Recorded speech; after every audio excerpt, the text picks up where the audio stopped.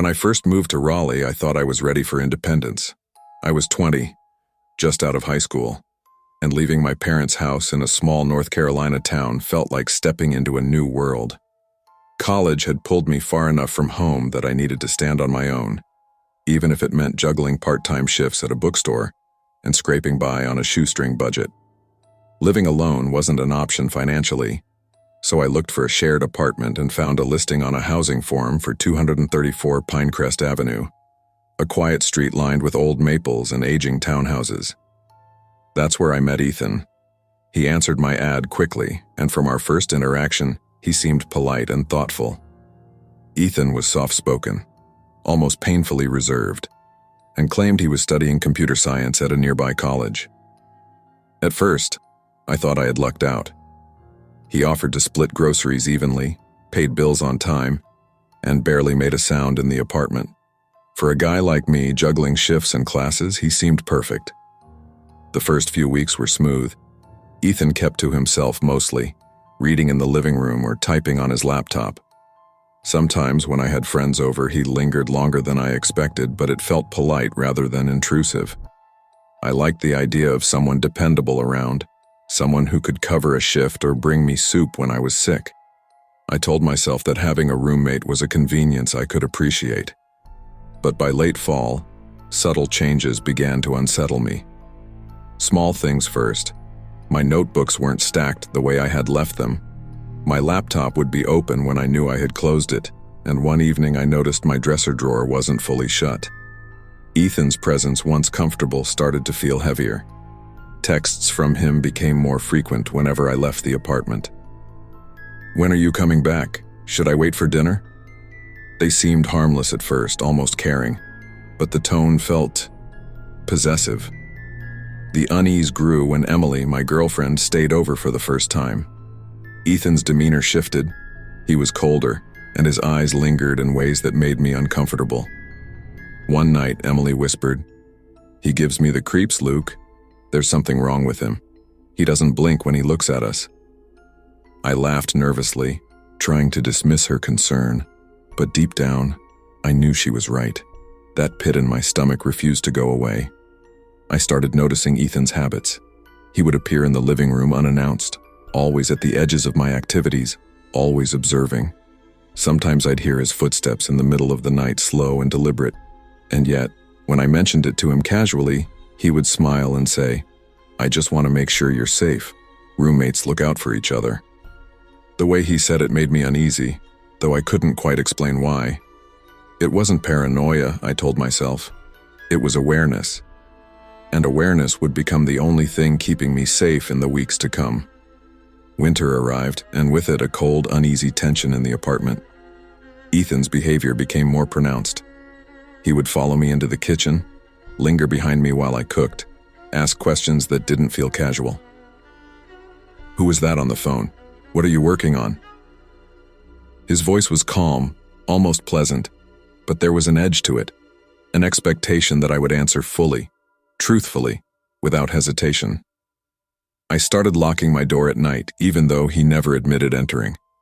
I found myself double-checking my laptop, my notebooks, my personal items. Sometimes I would wake and see a shadow in my doorway. "Just heard a noise?" he would murmur when I confronted him. His tone casual, but there was a sharpness in his eyes, the kind that made you swallow hard and nod even when your mind screamed at you not to trust him. Emily noticed it too. She spent more nights at my apartment, and every night Ethan's stares grew colder. One evening, while we were laughing over a silly TV show, she nudged me and whispered, "He's watching us. He doesn't want you to enjoy anything without him." I felt a chill run down my spine, my laughter dying in my throat. By January, the tension had escalated to something I couldn't ignore. Every little thing in the apartment became a source of anxiety. Ethan's presence, once a comfort, now felt suffocating. I tried talking to him, carefully choosing my words. "Ethan, you can't keep coming into my room. I need privacy." He looked at me blankly, tilting his head like a bird studying a puzzle. "There shouldn't be privacy between best friends. You don't hide things from me, right?" The words rang in my head for days. Every step I took, Every corner I turned, I felt eyes on me. Sleep became difficult. My apartment felt like a cage, and Ethan the one holding the key. I started thinking about moving out, but I didn't have anywhere else to go. My finances were tight, and leaving abruptly would be complicated. And yet the thought of staying another day with him was unbearable. The breaking point came one Sunday evening. I had just finished a late shift at the bookstore, exhausted and mentally drained. When I opened the apartment door, I froze. On my desk sat a Polaroid photo of me sleeping. Next to it, in neat handwriting, a note. "We share everything." My hands shook. My stomach dropped. I realized in that instant that this wasn't a game or a phase. This was a boundary crossed, a line I couldn't ignore. I packed a bag in a panic, trying to get out before he returned. That's when I saw him in the hallway, a calm smile on his face, a duffel bag slung over one shoulder. "You can't leave. Friends don't abandon each other," he said softly, eyes locked on mine. I felt my heart hammer in my chest. The bag shifted slightly, revealing its contents: rope, duct tape, a hunting knife. My instincts screamed at me to run. "What the hell is this?" I demanded. "Proof of loyalty," he said, his tone casual, almost cheerful. "I want you to take my picture right here, like I took yours. Then we'll take one together. Forever." The word forever made my blood run cold. I shoved him aside and bolted, carelessly navigating the narrow stairwell. His laughter followed me, echoing through the empty corridors. "You'll come back. You always come back." I ran barefoot into the cold night, gasping for air, my hands shaking. I found a neighbor's porch and called 911, my voice trembling. Within minutes, the police arrived, but Ethan was gone. Only the Polaroid remained, taped to my fridge. Best friends don't lie. I didn't return to that apartment. I stayed with Emily, her presence a comforting shield against the lingering fear. But even then, I felt the weight of Ethan's gaze in quiet moments. Every unexpected noise in an empty room, every shadow moving just slightly differently made me flinch. Months later, a letter arrived at my parents' home. No return address. Inside was a Polaroid of me at the bookstore, completely unaware I was being photographed. On the back, in the same neat handwriting, were the words, "I'm still here." That was the moment I understood how fragile a sense of safety could be. How quickly trust could become fear. The idea that someone you welcome into your life could manipulate your space, your routines, even your perception of reality was terrifying. I knew I needed to take action. I changed my phone number, relocated, and sought therapy. Talking through the anxiety, the sleepless nights, the paranoia, helped me regain some sense of control. But the memory of Ethan's calm eyes, the duffel bag, the laughter, it never fully faded. Eventually, life resumed, albeit with caution. Emily and I stayed together, supporting one another. I moved into a new apartment with security measures, double-checked locks, and a renewed sense of vigilance. I learned boundaries aren't just suggestions, they are essential, non-negotiable lines. Some people may seem harmless, dependable, even kind, but their actions can reveal a completely different reality. It's okay to walk away, even if it seems inconvenient, uncomfortable, or abrupt. Your safety, mental health, and personal space are worth far more than politeness or appearances. Even now, I flinch at unexpected footsteps or shadows that stretch oddly across a room. But I remind myself of the lesson Ethan forced into my life. Vigilance protects you, boundaries preserve you, and some friendships, no matter how promising they seem, are better left behind. Life teaches hard lessons, but those lessons can save you from far worse than fear. And sometimes fear itself is the teacher. Boundaries are essential. Not everyone who seems kind or trustworthy respects your space, and recognizing danger early, protecting your personal life, and prioritizing mental and physical safety can save you from devastating consequences. I had just turned 27, and after what felt like the longest year of my life, I was trying to rebuild myself. My last relationship had ended in chaos, Accusations, endless arguments, and the kind of heartbreak that makes you question your own judgment. I needed a fresh start, a place where I could breathe and begin again. That's how I found 412 Kingman Street, a second-floor apartment in Milwaukee that wasn't much, but it had charm. Large windows, a little balcony that caught the morning sun, and rent that was just barely manageable on my dental assistant salary. Even with rent covered, I couldn't afford the place alone. I posted a roommate ad online, something simple. Looking for a responsible, tidy roommate. No pets, no smokers. Marissa responded within a day. She was 30, worked as a barista at a local cafe, and her photos showed someone laughing with dyed black hair framing a sharp, angular face. Her initial emails were witty and casual, full of emojis and inside jokes I didn't understand. She claimed to love quiet nights in and spontaneous adventures. Honestly, she seemed perfect at the time. When she moved in, the first few weeks were fun.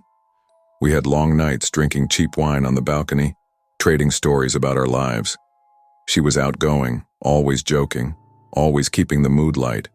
I liked that about her. I liked that someone could make me laugh after months of gloom. We even shared meals, helped each other clean, and split small bills without argument. For the first time in months, I felt alive. But it didn't take long for cracks to appear. Marissa was messy. I didn't mind a little clutter, but dishes piled in the sink, laundry left for days, and music blasting at 2 a.m. quickly chipped away at my patience. I worked 9 to 5 as a dental assistant, often coming home exhausted, hoping for quiet, and instead found chaos. "You're not my mom, Claire," she snapped one night when I asked her to take out the trash. Her tone was sharp, cutting, and I froze for a moment. I didn't want confrontation, but I felt my own blood pressure rising. Soon, small annoyances escalated. Marissa installed her own lock on the fridge, claiming I was stealing food. I bought a mini fridge for my bedroom. Bills and receipts became a battlefield. Notes slid under doors. "Your dishes are in the living room again," I would write. Her replies, "Maybe try living a little." Our laughter-filled nights became icy silences. Even walking through the apartment felt like stepping into a minefield, unsure when something would set her off.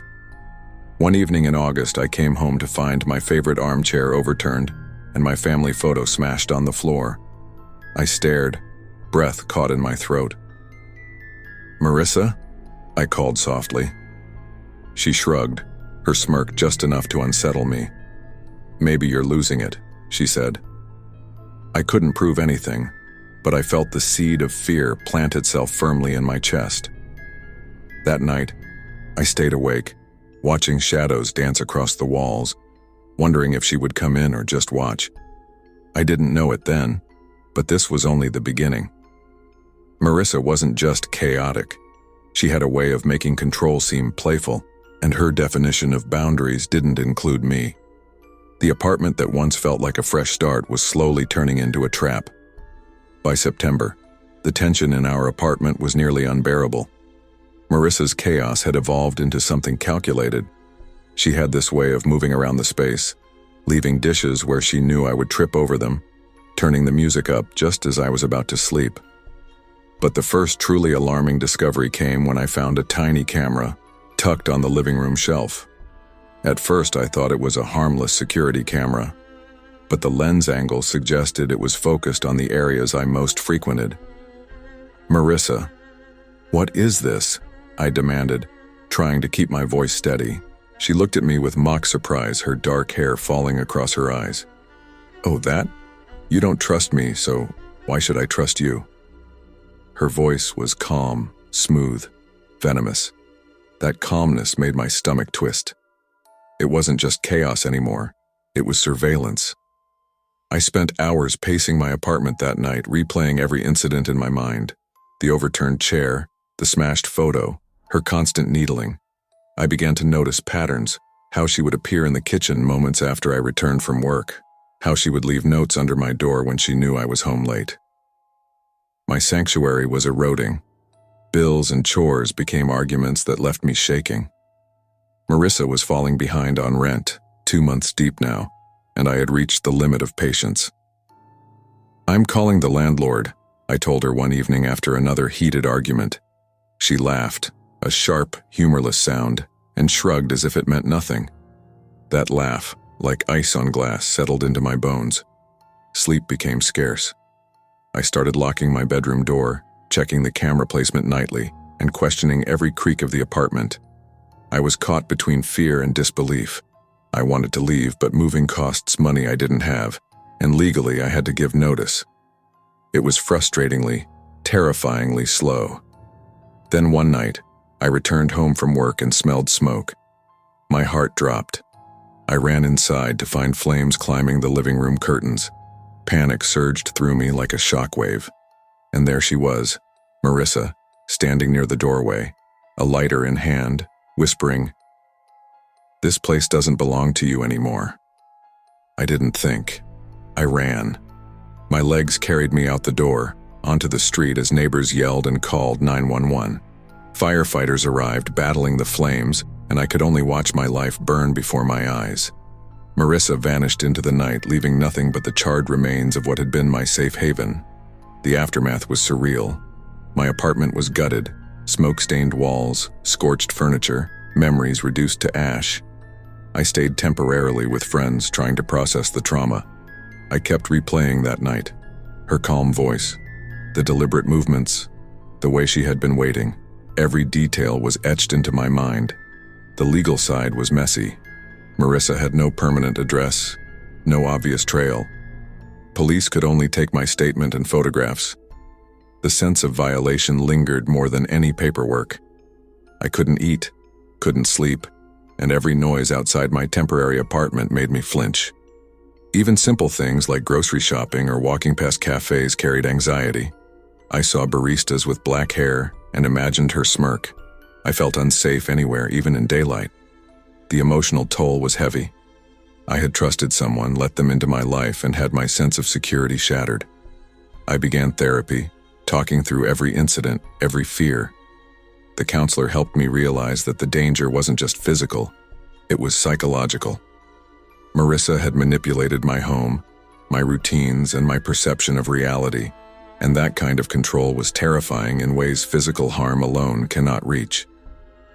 And then came the package, a small box, no return address. My hands trembled as I opened it, revealing a charred fragment of my family photo from the old apartment.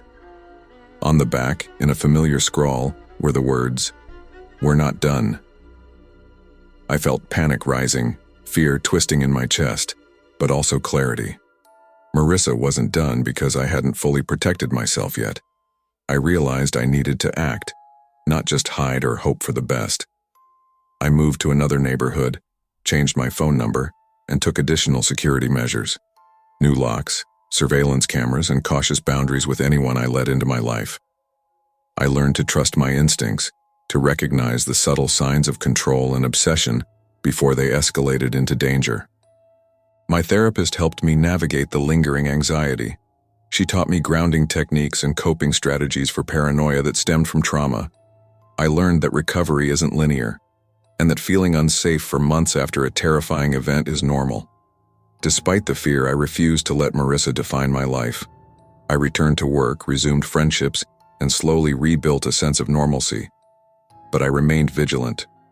I never left my door unlocked, never ignored odd behavior, and always took steps to ensure my own safety. I also started writing about my experience, sharing it anonymously online, hoping to help others recognize the warning signs in toxic living situations before they escalated. Every story I read, every person who reached out, reinforced the lesson I had learned the hard way. Eventually, life regained a fragile stability. I moved into a small house a few miles away, far enough to feel removed from the trauma. I kept therapy sessions consistent, building coping mechanisms and strengthening my sense of personal boundaries. I rebuilt my life carefully, one cautious step at a time. What I realized most painfully was that boundaries matter, even with friends or roommates who seem fun, spontaneous, or harmless. Not everyone respects personal space, privacy, or the emotional well-being of those around them. Recognizing red flags, listening to your instincts, and acting decisively can prevent situations from escalating to a point where physical danger is imminent.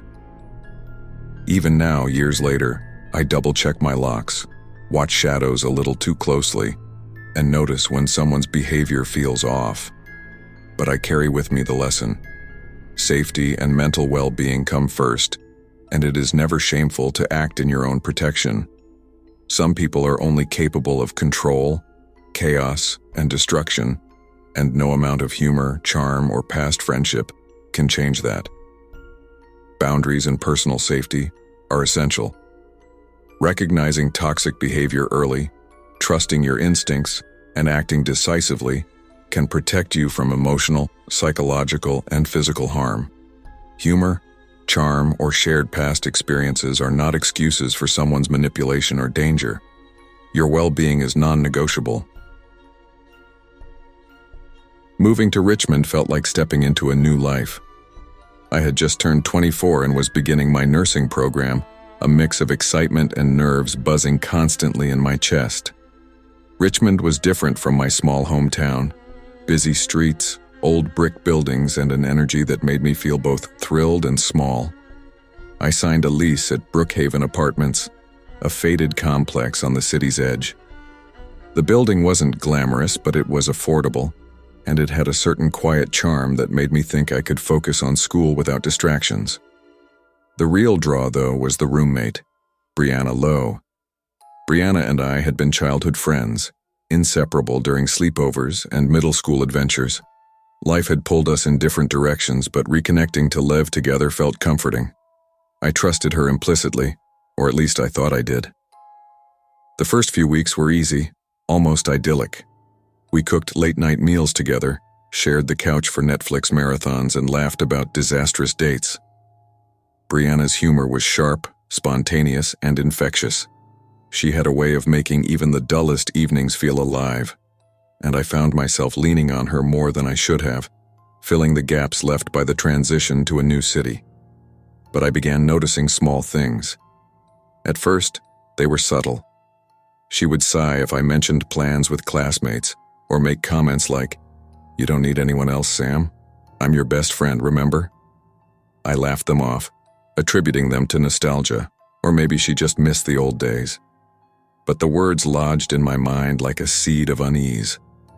Soon the apartment began to feel different. The hallways were quiet, too quiet. The peeling wallpaper and humming fluorescent lights amplifying each creak and bump. I would wake in the middle of the night to a door cracked open that I was sure I had locked. Notes appeared on the fridge, innocuous at first. "Don't stay out too late. You forgot about me." All in Brianna's neat handwriting. It made me smile nervously at first, thinking she was just being playful, but the smile faded quickly. Even small moments became tinged with discomfort. I remember one evening walking into the living room to find her sitting in the dark, watching me silently. "Thought you'd never come back," she whispered, voice calm. My chest tightened. I forced a laugh, joking about studying late. But my eyes couldn't leave hers, and I felt the first real shiver of fear. The transition from playful friendship to subtle possessiveness was nearly imperceptible. Brianna was always around, always watching, and always commenting on my decisions. I felt watched even in my own room, the air heavy with tension I couldn't explain. The place that had once felt like home was slowly closing in, suffocating, and I didn't know why I couldn't just leave. By November, the tension in Brookhaven Apartments had become a constant, unshakable weight. Brianna's behavior escalated slowly but undeniably. Whenever I tried to hang out with classmates or attend a study group, she would pout or guilt-trip me. "You don't need anyone else, Sam. I'm your best friend, remember?" I tried to laugh it off, but inside, a knot of unease grew tighter. Small, odd incidents began stacking up. My bedroom door would be cracked open in the mornings. Notes would appear in her precise handwriting, reminding me to be home, to check in, to remember us. I started double-checking locks and windows, feeling a sense of hyper-awareness creeping into every step of my day. The apartment itself began to feel oppressive, The peeling wallpaper seemed to lean closer at night, the fluorescent hum in the hallway vibrating a low tension into the quiet. I caught myself glancing over my shoulder, imagining shadows where there were none. Something was off, and I couldn't pinpoint it. I had trusted Brianna completely, and yet I felt increasingly unsafe in my own home. One evening, I came back from a study session to find her in the dark living room. "I thought you'd never come back," she whispered, smiling faintly. My pulse quickened.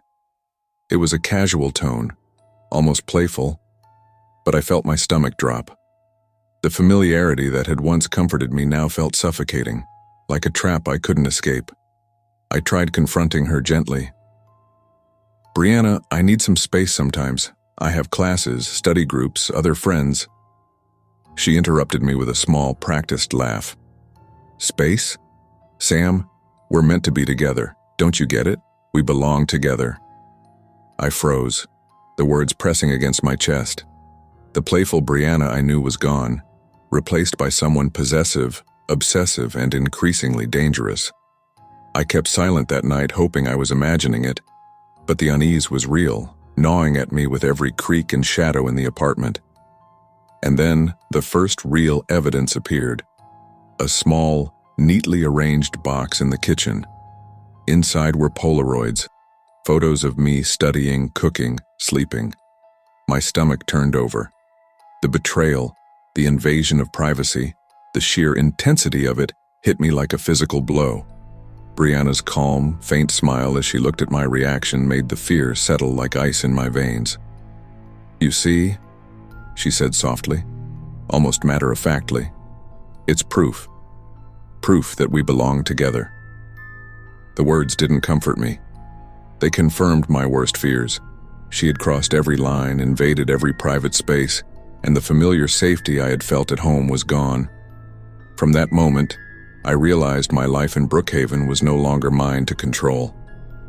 November turned into December, and the anxiety became unbearable. I could feel Brianna's presence constantly, whether she was there or not. Notes continued to appear, small gifts left in my room, casual comments that reminded me she was always watching. Even the neighbors, quiet and reclusive themselves, seemed aware of a tension I couldn't name. The apartment, once a sanctuary, felt like a trap.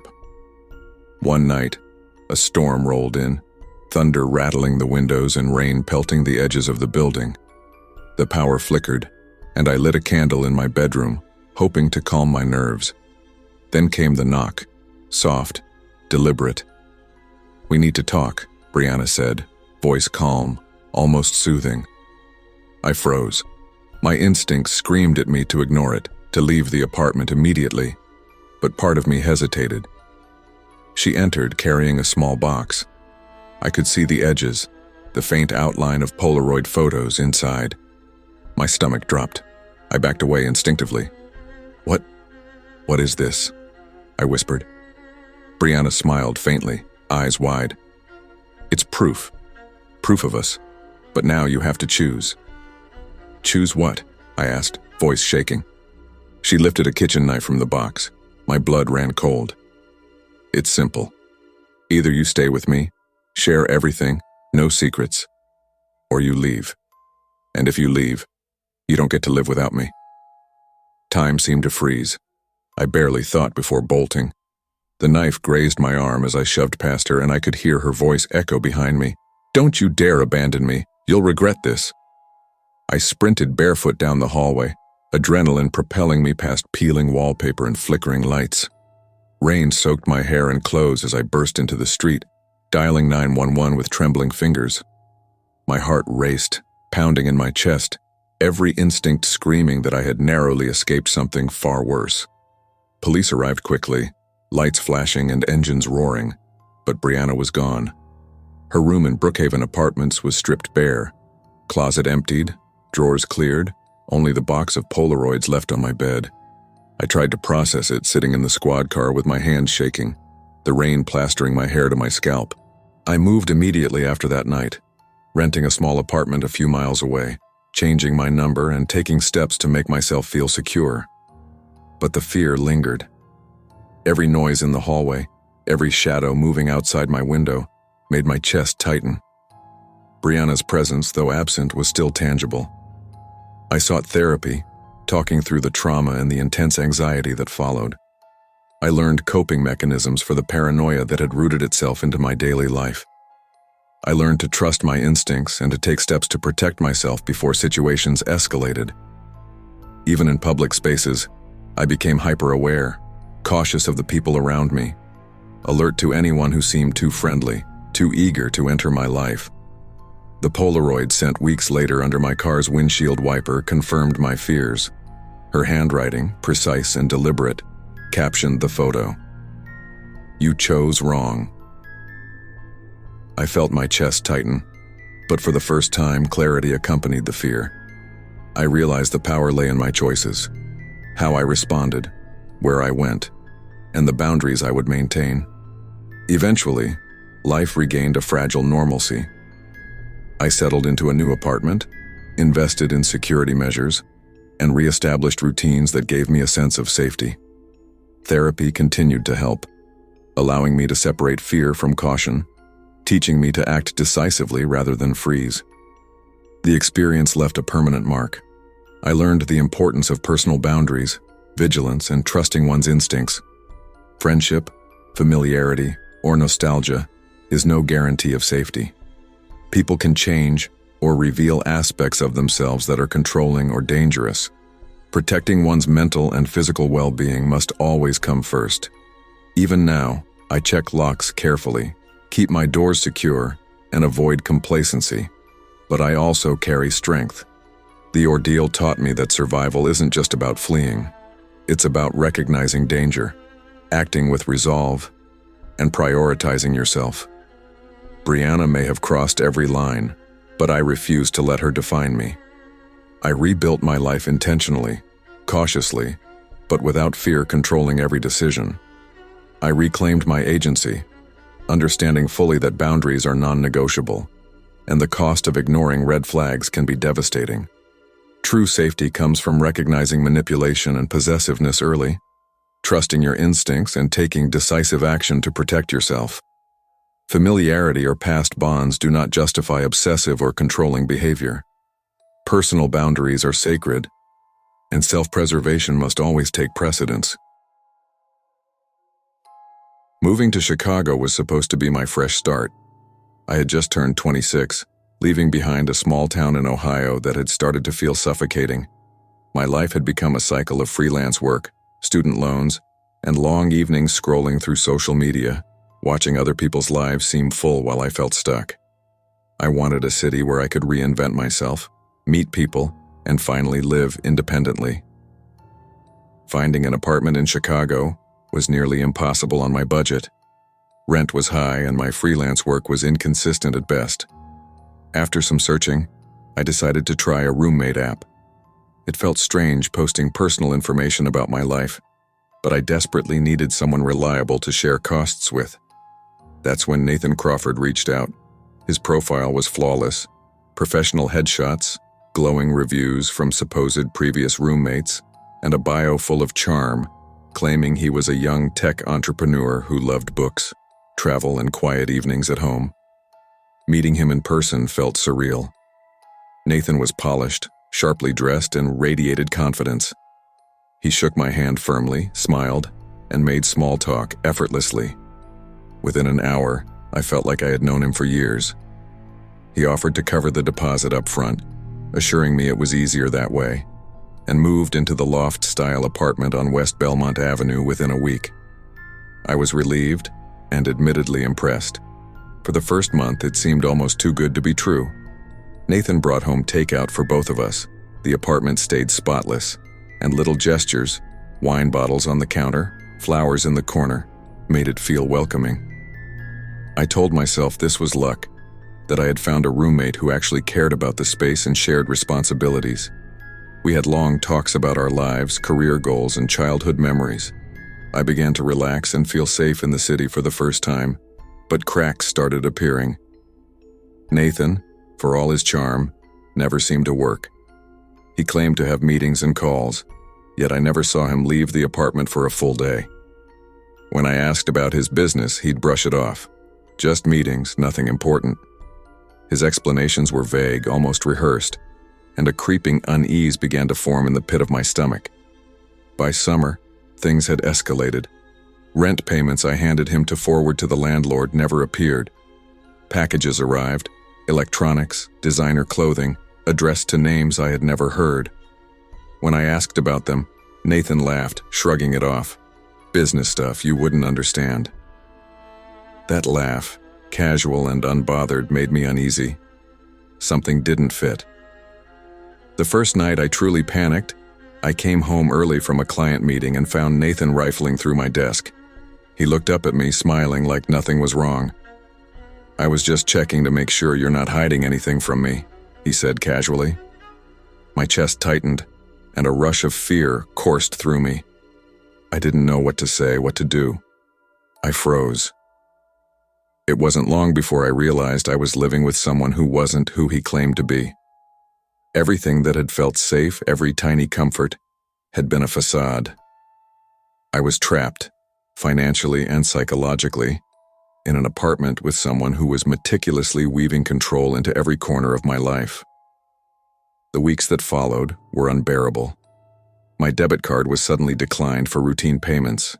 Checking my accounts, I discovered new credit inquiries and accounts I hadn't opened. Strangers called my phone asking for Trevor. Each time, Nathan smiled at me as if everything was normal. "It's part of business, Alyssa. You'll understand eventually," he said, his tone casual, almost patronizing. But I knew it wasn't casual. It was manipulative. I tried confronting him. "Nathan, what is going on? These aren't my accounts. These people are calling me. You're lying." He froze for a moment, eyes narrowing slightly. His voice dropped, cold and flat. "If you think you can walk away, Alyssa, you're wrong. You need me. We're in this together now." That was the moment I realized I had no idea who I was living with. Fear replaced confusion. I started keeping a notebook, documenting every strange incident, every package, every missing payment. My mind raced constantly, going over scenarios, trying to predict what he might do next. Sleep became shallow, anxiety and dread my constant companions. The apartment that had felt like freedom now felt like a cage, and Nathan, this charming, terrifying enigma, was the lock. Desperation led me to research him. Searching, Nathan Crawford turned up little beyond a sparse online presence. That absence didn't reassure me, it terrified me. Then I cross-checked one of his glowing roommate reviews against a news article. The photograph matched. Trevor Constantine, a con artist, wanted in multiple states for fraud and identity theft. My stomach dropped. Every interaction, every charm, every gesture, it was calculated. I was living with a criminal who had carefully constructed an entire persona to embed himself in my life. The realization was paralyzing. I wanted to leave, but he controlled the keys, the bills, even the perception of the apartment as mine. I knew if I tried to pack my things while he was home, he would stop me. My sense of reality shifted. I could no longer trust even a casual smile. The night I finally decided to leave, I returned from a client meeting with everything in my backpack. Trevor was in the kitchen, pretending to be absorbed in a newspaper. My pulse hammered in my chest as I moved quietly, trying to retrieve my keys and essentials. But as I approached the door, he stepped forward, blocking my exit. "You're not going anywhere," he said, his grip on my wrist sudden, strong. "We're partners now.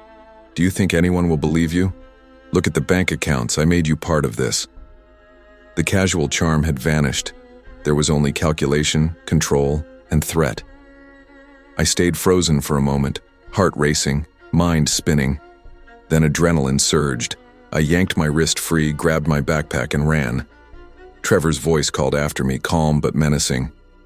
"You'll regret this, Alyssa. No one leaves me." I waited until he left for the night, hiding in my bedroom until the apartment was empty. At dawn, I packed a minimal amount: clothes, laptop, wallet, and ran. I didn't stop until I reached the police station, exhausted, soaked in sweat, trembling. I recounted everything, hoping the authorities would act quickly. When they searched the apartment later, Trevor was gone. His room was stripped bare, no clothes, no electronics, nothing except a single Polaroid on my pillow, me, sleeping, with the words, "You'll never expose me. You're mine." My chest tightened at the sight. I understood then. Trevor didn't just steal money or identities, he embedded himself psychologically, leaving fear as a permanent marker. The aftermath was haunting. Weeks turned into months as I processed what had happened. I joined a private online support group for women who had lived with him under different names. Each story was chillingly similar. Careful charm, manipulation, theft, psychological control. Trevor had left a trail across the country and I had become part of it. Therapy helped me unpack the trauma. The violation wasn't just financial, it was personal. My home, my sanctuary had been infiltrated. My trust had been weaponized against me. I learned to recognize red flags, to trust instincts that had been dulled by charm and politeness. I learned that personal boundaries were essential and that predators often embed themselves under the guise of friendship or opportunity. I moved into a new apartment, changed my phone number, and kept a vigilant routine. Even then, I remained hyper-aware, scanning my environment, double-checking locks, and questioning every interaction that seemed too smooth. It was exhausting, but it was necessary. Time didn't erase the memory, but it gave me perspective. I rebuilt my life slowly, carefully, surrounding myself with trustworthy friends and routines. I documented everything I experienced, sharing my story anonymously online to warn others. I realized the danger had been subtle, incremental, and manipulative. Living with someone charming and seemingly trustworthy doesn't guarantee safety. Boundaries, intuition, and vigilance are non-negotiable. I survived because I recognized control early enough and acted decisively, even when fear was overwhelming. Now, every time I move into a new space, I do so deliberately. I check locks, verify identities, and trust my instincts before letting anyone in. Trevor may have been clever, but I learned that awareness, caution, and decisive action are stronger than charm or deceit. Predators can hide behind charm, trust, and familiarity. Always verify, maintain boundaries, and trust your instincts. Your home and well-being are sacred. No one has the right to manipulate or control your life, and acting decisively can save you from long-term harm. Philadelphia in November is cold, gray, and unrelenting. The city felt bigger and harsher than I had imagined, a sharp contrast to the quiet suburbs where I grew up. My parents' divorce had left me scrambling financially, and my tuition, rent, and daily expenses were falling squarely on my shoulders. I was 22, a junior at Temple University, juggling part-time work, school, and the anxiety of living on my own for the first time. When a classmate told me about a sublet at 317 North Fairhill Street, I jumped at the chance.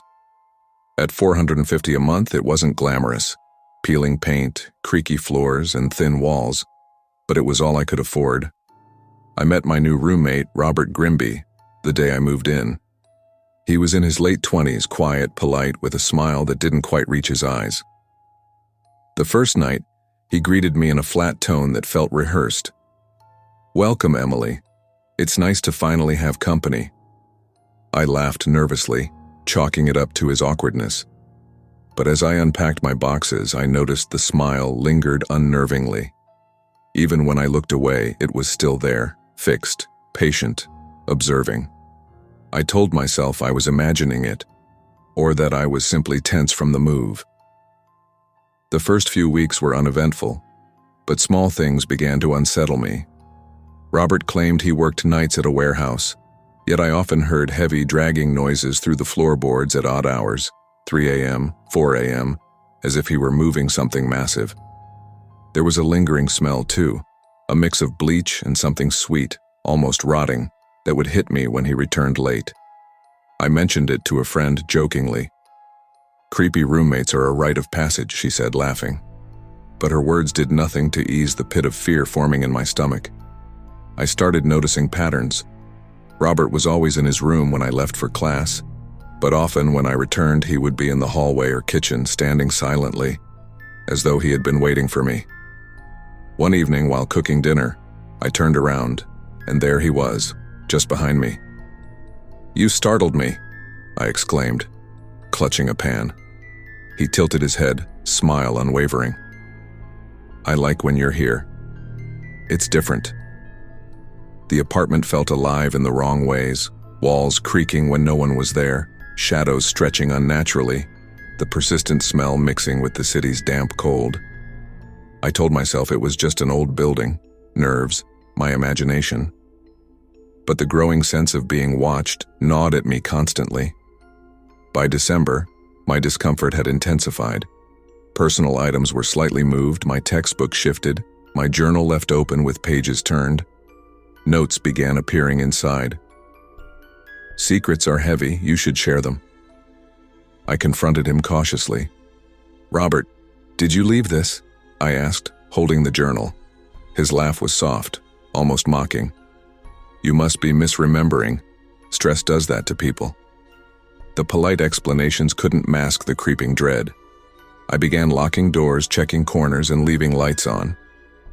The apartment, once a temporary shelter from my struggles, had transformed into a cage filled with shadows and silent observation. The tension became unbearable as the days passed. Robert's night shifts never seemed to add up. Sometimes I would hear him return before 3 a.m., dragging something heavy across the floorboards.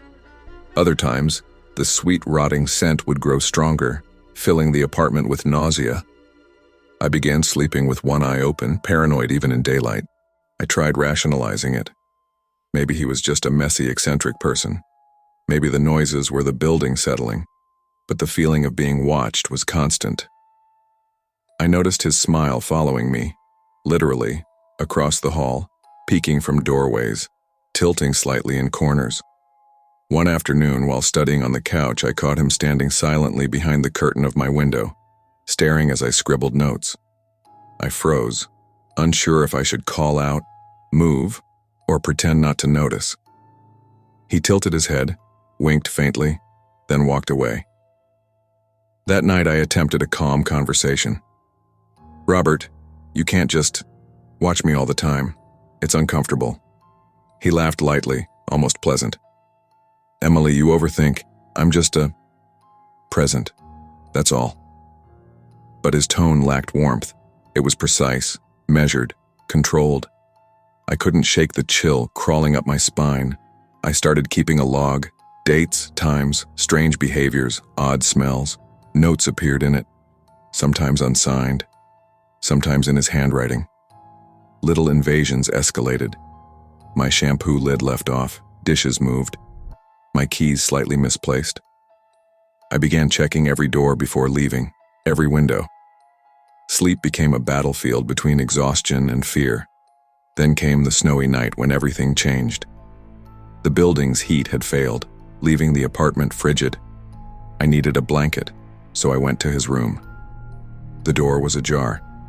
A glimpse froze my blood, a suitcase in the center open, revealing a woman's shoe, torn scarf, and hair strands. Against the wall was a chair draped with duct tape, darkened stains clinging to it. "Robert?" My voice quivered. He appeared behind me instantly, smile wider than ever. "You shouldn't snoop, Emily. That's rude." Calm, unblinking, utterly composed. I stumbled back, heart hammering. I locked myself in my room that night, pushing a dresser against the door. Sleep was impossible. Every groan of the old building sounded like him stepping closer.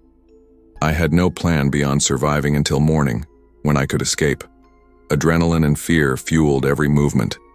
I barely ate, barely spoke, constantly glancing at doors and windows. By dawn, I grabbed a bag and ran, through snow, across streets, toward campus police. I barely looked back. I recounted everything, my voice trembling, tears frozen on my cheeks. Detectives arrived within hours to search the apartment. What they found surpassed my imagination. In Robert's room, there was the body of Ashley Thompson, a missing graduate student. Plastic wrapped, neatly contained.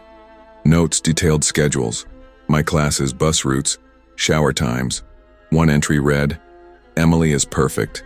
She'll last longer." My chest tightened, and I almost collapsed. I had been living beside a killer, invisible, silent, and watching.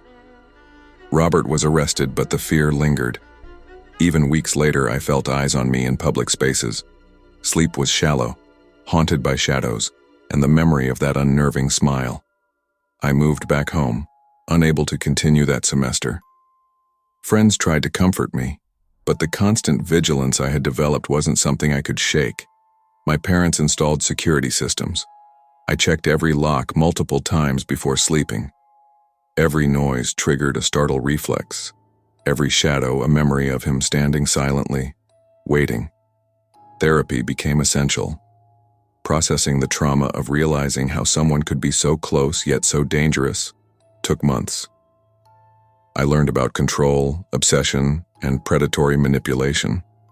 Robert had been meticulous, crafting a false image of politeness and predictability while concealing his violent tendencies. Even now, I carry lessons from that time. Trust is not given lightly, and appearances are deceiving. Awareness of one's environment, vigilance with personal boundaries, and preparedness to act are not paranoia. They are necessary survival tools. Months later, I received a package forwarded from the old apartment. My stomach dropped when I opened it. A Polaroid of me, asleep in my bed at 317 Fairhill. On the back, a single sentence scrawled in Robert's handwriting. "I'll always be smiling at you." I stared at it for a long time. Fear still lingered, but this time, it was coupled with resolve. I understood the importance of recognizing danger early, acting decisively, and protecting my boundaries without hesitation. I had survived, but I would never forget. Even in my new apartment, I double-check locks, leave lights on, and trust my instincts above all else. Awareness and caution became part of daily life, a shield I carry even in moments of calm. Danger can hide behind smiles, politeness, and familiarity. Always trust your instincts, maintain personal boundaries, and act decisively when something feels wrong. Awareness and vigilance are vital. Survival depends on respecting your own safety above appearances or assumptions. I had never been good at starting over. At 24, freshly divorced and scraping together enough money to keep a roof over my head, Boulder, Colorado, felt both like a fresh start and a battlefield. My old one-bedroom near Pearl Street was way beyond my budget now, and the anxiety of late rent notices kept me up at night. I scoured the internet for roommate listings and stumbled upon Claire Lawson. Her profile was almost too perfect. Artist, loves late-night talks, keeps things clean, easygoing. I met her at a local coffee shop. She was magnetic, dark hair pulled back tightly, sharp gray eyes that seemed to assess me in milliseconds, and a smile that made me feel like she knew all my secrets before I spoke. She listened to me, really listened, when I talked about my divorce, my fears about money, and my longing for independence. It was flattering, intoxicating even. She offered half the rent for a 2-bedroom apartment on Walnut Street. The offer was irresistible. I ignored the tiny alarms in my head. The first few weeks were almost like a dream. Claire was witty, clever, and full of energy. We'd sit up late drinking wine, laughing about life's absurdities. I convinced myself her mood swings were just artist temperament, a cliché I'd now regret believing. Her paintings were scattered across the living room, disturbing images of women with hollow eyes, twisted limbs, silent screams frozen in oil and acrylic. I told myself they were just creative expressions, but an unease settled in my chest every time I walked past them. Evenings started fine, but by winter, her energy began to feel like control. She became possessive of my time. A simple night out with friends would earn me a sulking face and sharp words when I returned. "I don't like when you disappear on me," she snapped once. "I need to know where you are." There was no warmth in her tone, only a piercing demand. I tried to keep the peace. I apologized for imagined offenses, for being late, for laughing at the wrong time, but small invasions began to creep in. I would wake up to cupboard doors slamming, her pacing the hallway at 3 a.m., shower running for hours. Sometimes I would see her sitting at the kitchen table, knife resting before her, staring at nothing. The apartment, once a refuge, became a cage of tension, shadows, and constant observation. I told myself it was temporary. Claire was struggling too, I reasoned. Maybe the breakup, her past, the stress of living in Boulder, it was all amplifying her behavior. But the more I rationalized, the more her hold tightened and the less safe I felt. My friends began to notice my anxiety. "You need to leave," they urged. I nodded but didn't act. Moving out seemed impossible financially. I was trapped, and Claire knew it. By late December, the strain became unbearable. Claire had a way of turning mundane events into interrogations. If I went grocery shopping alone, she'd ask, "Did you see anyone else while you were out?" Her voice was sweet, almost casual, but the underlying accusation was clear. She tracked everything, my comings and goings, the people I spoke to, even the times I showered. One evening, I arrived home late after work. The apartment was dark, silent except for a faint hum of the heater. My bedroom door creaked open slowly, and I froze. Claire's silhouette filled the frame, knife in hand. "You think you're better than me," she whispered. My heart pounded so loudly I thought she'd hear it. I backed up, hand shaking, searching for anything I could use as a weapon. Weeks before, she had pushed boundaries in subtler ways. My mail would vanish, dishes were misplaced, and personal items moved just enough to unsettle me. I started keeping a log, documenting dates, strange behavior, odd smells, even snippets of conversations. But the log didn't make me feel safer. It only confirmed the pattern. Claire wasn't just moody. She was becoming dangerous. Then came the incident with the wine bottle. A January snowstorm had kept me home late. I woke to the sound of breaking glass. In the living room, Claire stood barefoot, bleeding from her hand, shards scattered at her feet. She smiled, wild and unhinged. "You'll never leave me, right?" Her grip on my wrist was terrifyingly tight like iron. I promised her compliance, tried to soothe her, but I felt the icy reality pressing in. No reasoning, no negotiation, no safety. The apartment that had seemed so alive with potential, so safe when I moved in, had become a stage for unpredictable chaos. Every brushstroke of her paintings now felt threatening. Every creak of the floorboard a signal of approaching danger. I started sleeping with one eye open, one ear tuned to the floor, listening, calculating, fearing the worst. February arrived with more snow and longer nights. My tolerance had vanished. Claire's mood swings intensified. She accused me of betrayal, whispering conspiracies about friends, imagining slights where none existed. One morning, I found a note slipped under my bedroom door.